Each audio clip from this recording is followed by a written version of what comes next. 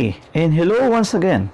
So we are on our next topic on lesson number 6, transmission and distribution, and this is the more approximate solution on determining the performance of a certain line, and we call it as a long transmission line. So let us have the description first. A long transmission line covers a certain line to 240 kilometers. If medium lines has a range of 150 to 200 kilometers and a short line from 80 to 150, now this line will cover a more far distance, which can have up to 240 kilometers. And this line has all of the parameters. The long lines compose of the following. First, your series impedance. So your series impedance here consists of your resistance and your inductance.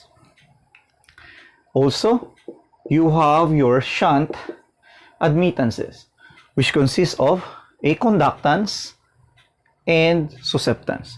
So we already have this one on your circuits too, or on your AC circuits. So from here, we already know ZL and Y are inversely proportional to each other.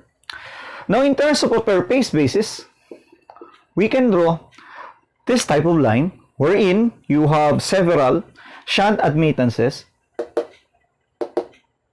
and series impedances. Now, this is R all over N, XL all over N. So, if you have one ZL, you have also one Y. So, it is distributed. All of the parameters are distributed to each other or balanced. So in this case, you have several ZL or impedances or series impedances, and you have several shunt admittances. So you still have your IS, your sending end current, and your voltage at the sending end, and resistance at the receiving end, and the voltage at the receiving end. So for this, you have your given. So these are your given. Always be the reference. So we have the given here, VRN is the reference here, and then you go back to the circuit. Depends on the parameters on the receiving end. You can now get the parameters at the supply, wherein that is your VSN and IS. Then you can now get power factor at the sending end. Now, how can you analyze a long transmission line? Now, we will not go to the continuous differentiation so that we can conserve the time and we need to be specific on the formulas. So, we will use a rigorous method, wherein in a rigorous method, we have this type of line. So, we can analyze this one. Your I plus DI here is the current entering at a certain distance dx, which is the differential of the length. And then you have here your I plus DI here, the current entering. V plus DV is the voltage at the end of the line of the element towards the sending end. And then you have your ZDX, wherein that ZDX, the series impedance per unit length, YDX, the shunt admittance in a certain length. You multiply it by a differential.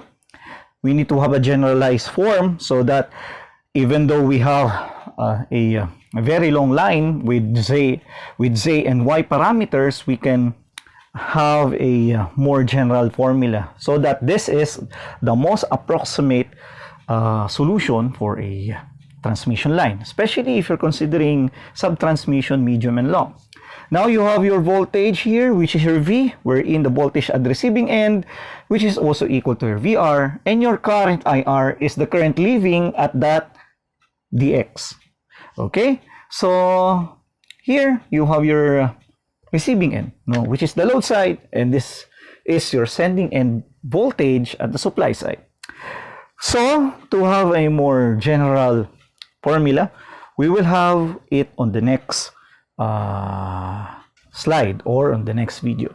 So please stay tuned. Hi and hello once again. So we are on our continuation of what we have discussed on our first slide.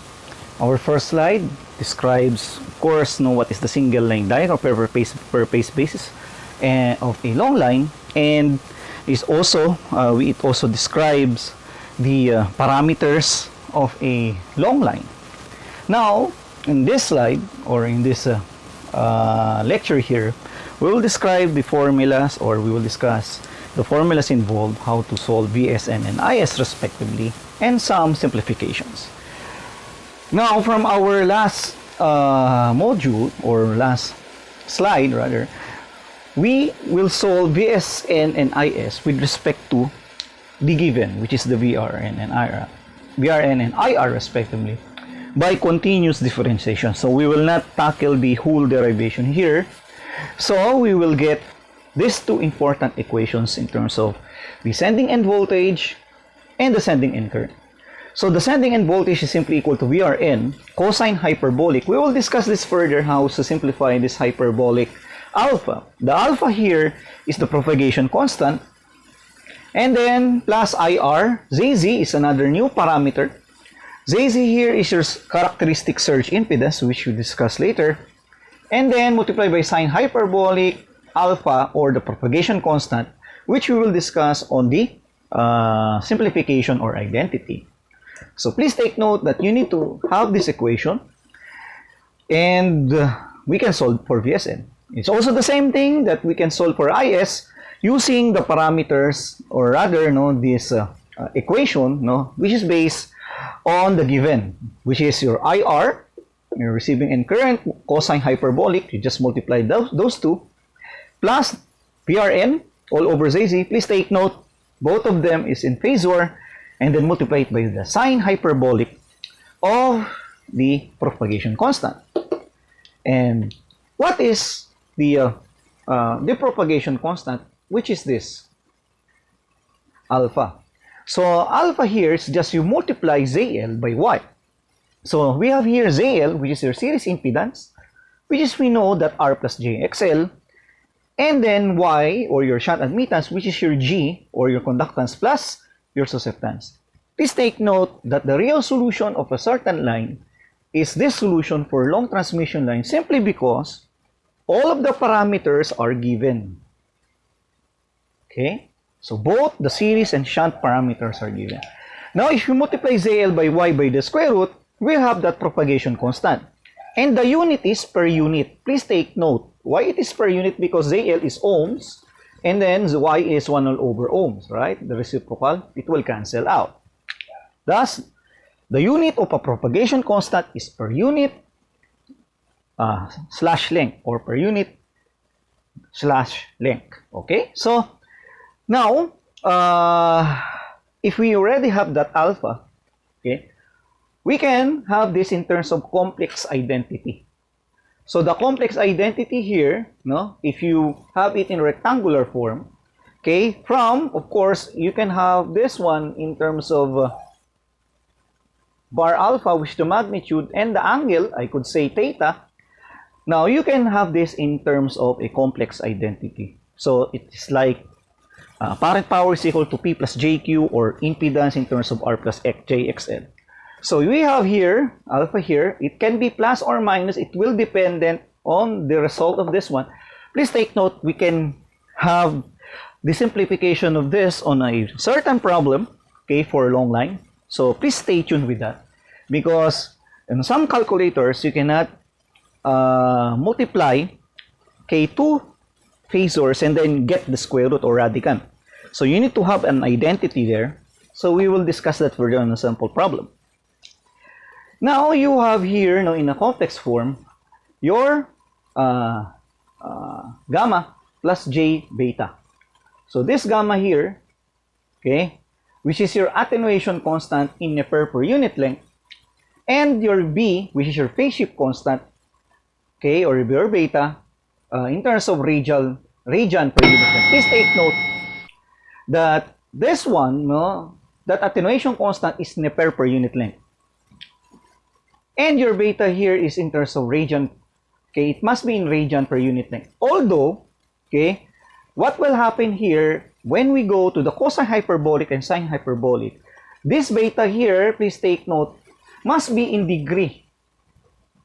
So if you want to have this in terms of degree basis, because it is very important here Okay, the beta must be, the beta here, no, on your sine hyperbolic and cosine hyperbolic, okay, must be in degree basis. So if you want to convert it to degree, just multiply, this phase shift constant by 180 all over pi to become a degree basis.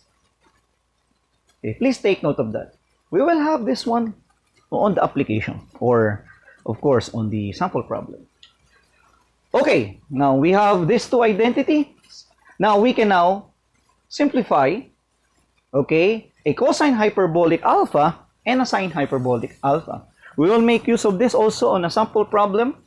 Okay, we can simplify that. So please stay tuned with the sample problem. We need the structure and the formulas here. Your cosine hyperbolic alpha is equal to cosine hyperbolic of the this rectangular complex entity. Okay, alpha or gamma plus j beta. So cosine alpha is cosine gamma plus j beta. So your cosine hyperbolic here of that propagation constant is simply equal to cos sin sin. Cosine hyperbolic of your attenuation constant multiplied by cosine beta of their phase shift, but please take note, must be in degree basis. All of the betas here, or just multiply the result of your phase shift constant by 180 over pi. Okay, plus j sine hyperbolic of your attenuation constant sine phase shift. So cosine hyperbolic.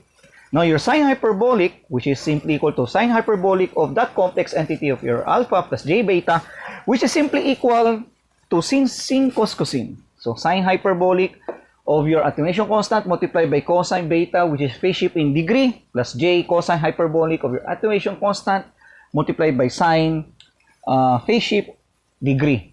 Okay, or sine beta here. So please take note, another important formula. If you already know the constant VRN and IR, which is definitely, okay, given on the problem, and you already got the simplification of your cosine hyperbolic and your sine hyperbolic alpha, okay, or alpha, which is your propagation constant, then you can now solve for VSN and IS. But how can you get, say, Z? If we multiply in terms of propagation constant ZL and Y, if we divide this two, okay, and then get the square root, your ZZ here, the unit is ohm. Or if you did not multiply the parameters of the line by its corresponding length, the unit here is ohm per unit length.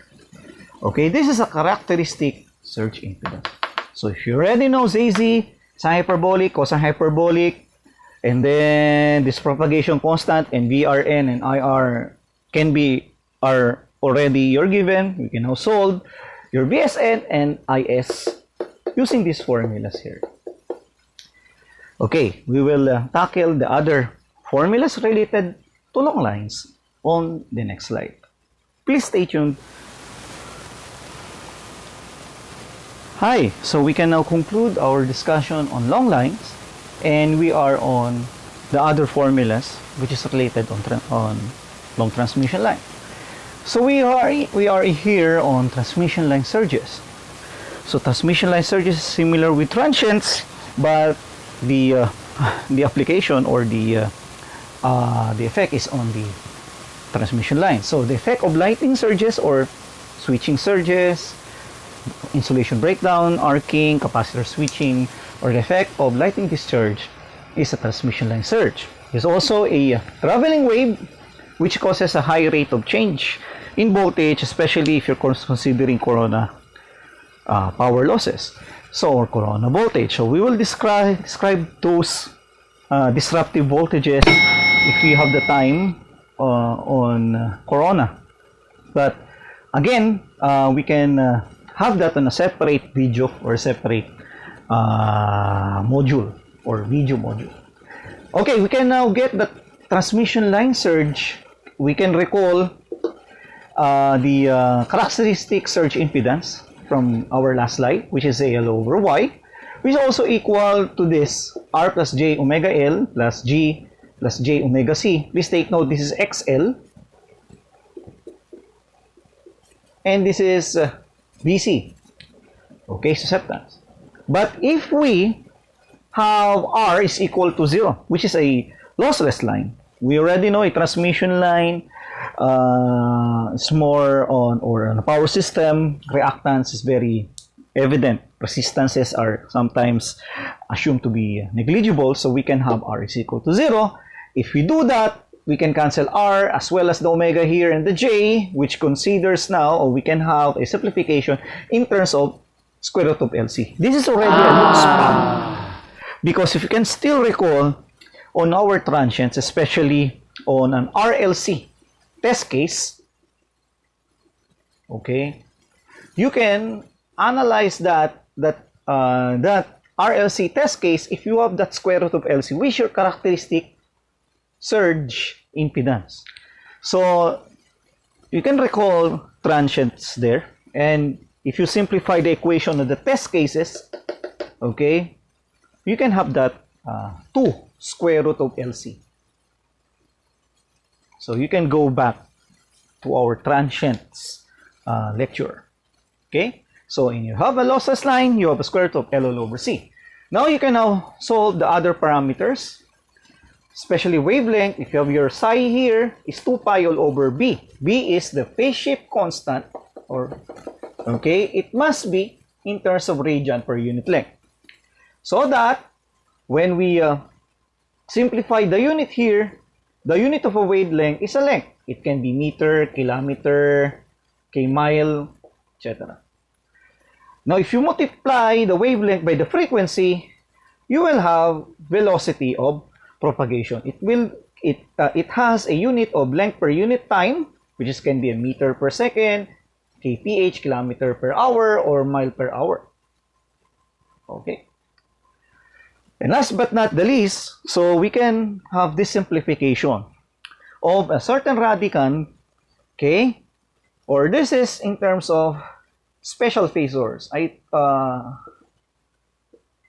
This identity I call special phasors, simply because if you have a phasor which is x, which is the magnitude and the direction part, and you have a radicand n can be an any number. So if you want to simplify this, you can have this relationship. So n square root of x, whatever the n root of x, and then you multiply theta by n. So example, if you have a fifth root of 5 bar 30, the answer is the fifth root of 5, and then the bar angle must be divided by 5. So that is definitely 30 over 5 or 6 degree. And then you have the fifth root of 5, square root of 5. Then whatever the answer there, no, you can have it on your calculator. But on our cosine hyperbolic and sine hyperbolic is just square root. So you need to divide the degree by 2 and then square root of the magnitude. We can have that on our sample problems. So, in that case, we are already through with the theories on long lines, and we can have the sample calculation or problems. Okay, please stay tuned with that.